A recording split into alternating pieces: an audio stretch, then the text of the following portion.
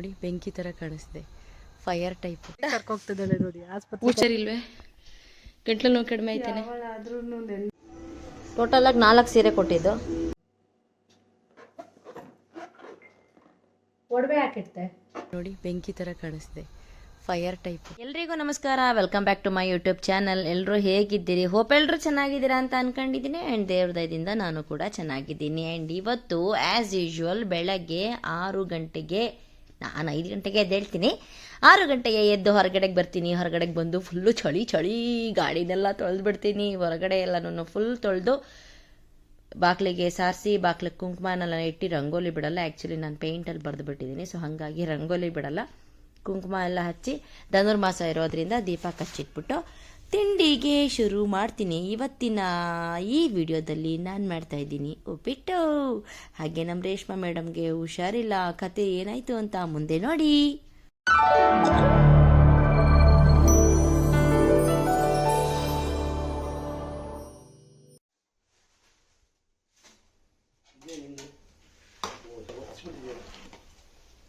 ಇವತ್ತು ನಾವು ಮಾಡ್ತಾ ಇದ್ದೀವಿ ಉಪ್ಪಿಟ್ಟು.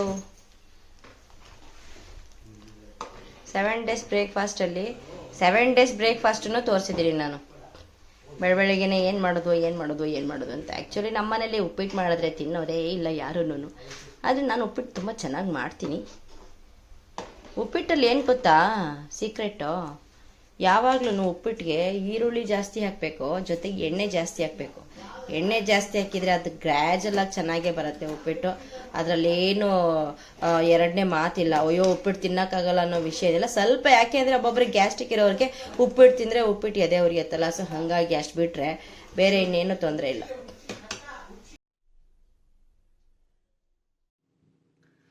ನಿನ್ನೆ ವಿಡಿಯೋದಲ್ಲಿ ಅಶ್ವಿನಿಯವರು ರಾಶಿಕಾಗೆ ಮಾತಾಡಿದ್ದು ತಪ್ಪು. ಯಾಕೆ ಅಂತ ಅಂದರೆ ಗಿಲ್ಲಿ ಅಶ್ವಿನಿಯವ್ರ ಬಗ್ಗೆ ಮಾತಾಡಿದ್ರು ಅಂತ ಹೇಳ್ಬಿಟ್ಟು ನಾನೊಂದು ವಿಡಿಯೋ ಮಾಡಿ ಹಾಕಿದ್ದೆ. ವ್ಯಕ್ತಿತ್ವದಲ್ಲಿ ಸರಿಯಾಗಿರಬೇಕು, ಯಾಕೆ ಅಂತಂದರೆ ಇನ್ನೊಬ್ರನ್ನ ಆ ರೀತಿ ತುಚ್ಛವಾಗಿ ಬ್ಲೇಮ್ ಮಾಡಬಾರ್ದು ಅಂತ ಅಶ್ವಿನಿಯವ್ರಿಗೆ ಸಪೋರ್ಟ್ ಮಾಡಿ ಒಂದು ವಿಡಿಯೋ ಮಾಡಿದ್ದೆ. ಅಫ್ಕೋರ್ಸ್ ಇವತ್ತೂ ಅದನ್ನೇ ಹೇಳ್ತಿರೋದು. ಅಶ್ವಿನಿಯವರು ರಾಶಿಕಾ ಬಗ್ಗೆ ಆ ಥರ ಮಾತಾಡಿದ್ದು ತಪ್ಪು. ಮೇಡಮ್, ಅಶ್ವಿನಿ ಮೇಡಮ್ ಅವರೇ, ನಿಜವಾಗ್ಲೂ ನೀವು ವ್ಯಕ್ತಿತ್ವದಲ್ಲಿ ಸರಿ ಇದ್ದರೆ ಈ ಥರ ಮಾತಾಡ್ತಿರ್ಲಿಲ್ಲ. ತಪ್ಪು ಮಾಡಿದ್ರಿ ನೀವು. ಕೋಪದ ಕೈಗೆ ಬುದ್ಧಿ ಕೊಟ್ಟು ನಿಮ್ಮ ವ್ಯಕ್ತಿತ್ವನ ನೀವೇ ಕಳ್ಕೊತಾ ಇದ್ದೀರಾ. ದಯವಿಟ್ಟು ಗಿಲ್ಲಿ ಮಾಡಿದ ತಪ್ಪನ್ನೇ ನೀವು ಮಾಡಬೇಡಿ. ಕೋಪದ ಕೈಗೆ ಯಾವುದೇ ಕಾರಣಕ್ಕೂ ಬುದ್ಧಿನ ಕೊಡಬೇಡಿ. ಆ ಸ್ಟೇಟ್ಮೆಂಟ್ಗೆ ದಯವಿಟ್ಟು ಮೊದಲು ಹೋಗಿ ನೀವು. ರೇಷ್ಮೆಗೆ ಹುಷಾರಿಲ್ಲ, ನಾನು ಬರ್ತೀನಿ ಅಂತ ಅವಳಿಗೆ ಹೇಳಿಲ್ಲ, ಹೋಗ್ತಾ ಇದ್ದೀನಿ, ಏನು ಹೇಳ್ತಾಳೆ ನೋಡೋಣ ಅಂತೇಳಿ. ನೆನ್ನೆನೇ ಬರ್ತೀನಿ ಅಂತ ಹೇಳಿದ್ದೆ, ನೆನ್ನೆ ಬಂದಿಲ್ಲ ಅಂತ ಕೂತ್ಕೊಂಡ್ಬಿಟ್ಟೋಳೆ. ಬೆಳಗ್ಗೆ ಗುಡ್ ಮಾರ್ನಿಂಗ್ ಮೆಸೇಜ್ ಹಾಕಿದ್ಲು, ಹುಷಾರಾಗಿದೆಯೇನೆ ಅಂತ ಕೇಳಿದ್ರೆ ಏನು ಉಸಿರೇ ಆಡ್ತಾ ಇಲ್ಲ, ಏನು ಹೇಳ್ತಾಳೆ ನೋಡೋಣ ಬನ್ನಿನು. ಹೋಗಿದ್ದಾಳೆ ಗ್ಯಾರಂಟಿ.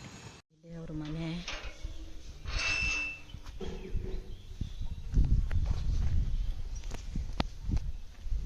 ನೋಡ ಹೋಗ್ತಾ ಇದ್ದೀನಿ. ಹೇಳಿಲ್ಲ ನಾನು ಬರ್ತಾ ಇದ್ದೀನಿ ಅಂತ, ನಾನೇನು ಹೇಳಿಲ್ಲ ಅವಳಿಗೆ. ಒಳಗೆ ಅವಳು ಇಲ್ವೋ ಒಂದು ಗೊತ್ತಿಲ್ಲ ನನಗೆ. ನೋಡೋಣ ಬನ್ನಿ.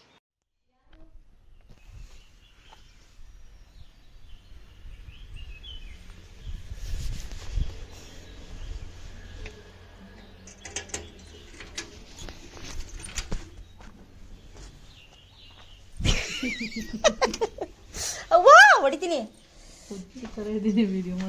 ಮಕ್ಕದ ಮೇಲೆ ಹೊಡಿತೀನಿ. ಇವಳಿಗೆ ಹುಷಾರಿಲ್ವಂತೆ ನೋಡಿಲಿ.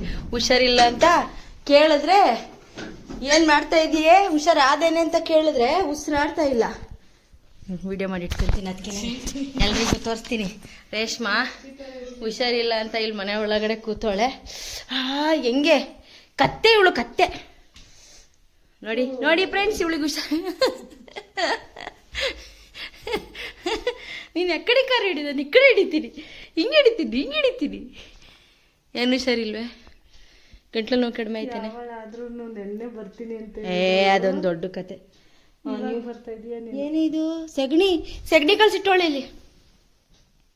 ಏನಿದು ಮೆಹಂದಿ ಕಳ್ಸೋಳಂತೆ. ಹುಷಾರಾದ ಅವಾಗಲೇ? ಎಲ್ಲಿ ನೋವು? ಫುಲ್ ಇಷ್ಟು ನೋವು ಕೊಡಿತ್ತು ಈ ಕಡೆಯಿಂದ. ಫುಲ್ ತೋರ್ಸ್ಕೊ ಬಂದ? ಟ್ಯಾಬ್ಲೆಟ್ ತಗೊಂಡಿರತ್ತೆ, ಪೇನ್ ಕಿಲ್ಲರು. ಮತ್ತೆ ಆಸ್ಪತ್ರೆಗೆ ಹೋಗೋಣ ಬಾ. ಪರವಾಗಿಲ್ಲ, ಜ್ವರ ಎಲ್ಲ ಕಮ್ಮಿ ಆಗಿದೆ ನೋಡು. ಜ್ವರ ಬಂದಿತ್ತಾ? ಚಳಿ ಜ್ವರ ಅಲ್ಲ, ಹೋಗೋಣ ಬಾ ಬೇಕಿದ್ರೆ ಆಸ್ಪತ್ರೆಗೆ. ಅದಕ್ಕೆ ಬಂದೆ.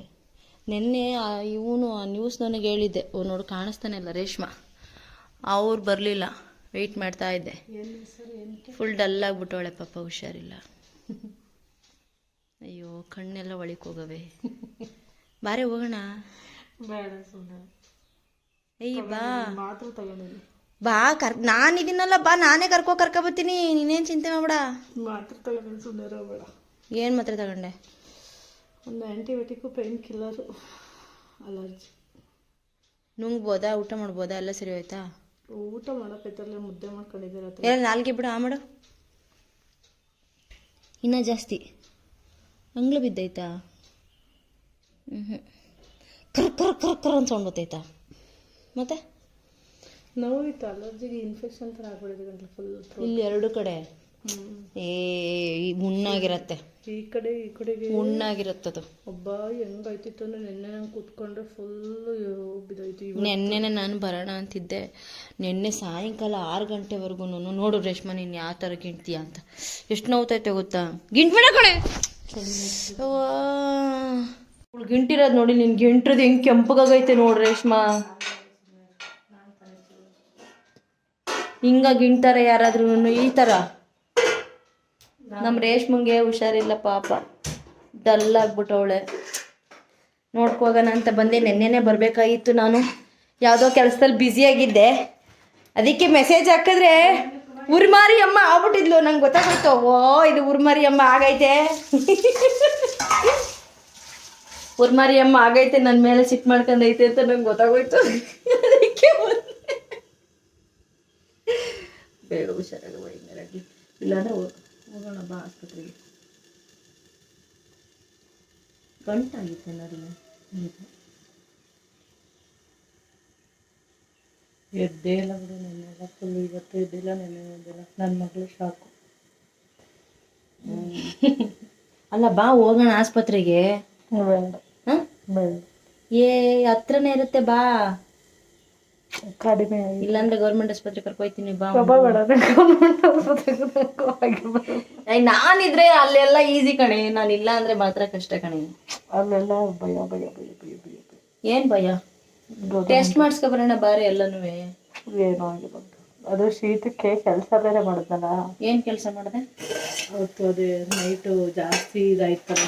ಏನು ಹಂಗ ಏನಿದು ಅವರೆಕಾಯಿ ಕುಡಿಸ್ತಾ ಇದೀಯಾ? ರಸ ಮಾಡ್ತಾ ಕುಡಿತೀಯಾ? ಮೊದಲೇ ನನಗೆ ಪಿಂಪಲ್ಸ್ ಆಗಿದ್ದಾವೆ, ಅಲ್ಲೆಲ್ಲ ಗಿಂಟಿ ನೋಡಿ ಕೆಂಪು ಮಾಡುತ್ತೆ. ಅಲ್ವಾ ಗಿಂಟು ಅಷ್ಟೇ. ಇದು ನಮ್ಮ ರೇಷ್ಮಾರ್ ಮನೆ, ಎಲ್ಲ ನೋಡಿದಿರಲ್ಲ, ತೋರಿಸ್ಬಿಟ್ಟವಳೆ. ಅವಳೊಂದು ಫೇಸಸ್ ಡಲ್ ಐತಿ. ಹುಷಾರಿಲ್ಲಿದ್ದ ನನಗೆ ಫುಲ್ ಡಲ್ ಆಯ್ತು, ಜಾಸ್ತಿ ಹುಷಾರಿದ್ದಂಗೆ ಆಯ್ತು. ನಾನು ನಿನ್ನೆನೆ ಬರಬೇಕಿತ್ತು. ಹೆಂಗೆ ಅಂತೀಯ? ನೆನೆ ಫುಲ್ಲು ಜ್ವರ ಬಂದು ಕುತ್ಕೊಳಕ್ ಆಯ್ತಿಲ್ಲ, ಅಷ್ಟು ತಲೆ ಚಕ್ಕರು. ಯಾರು ಬಂದಿಲ್ಲ? ಪುಷ್ಪನ್ ಕಸದಲ್ವಾ?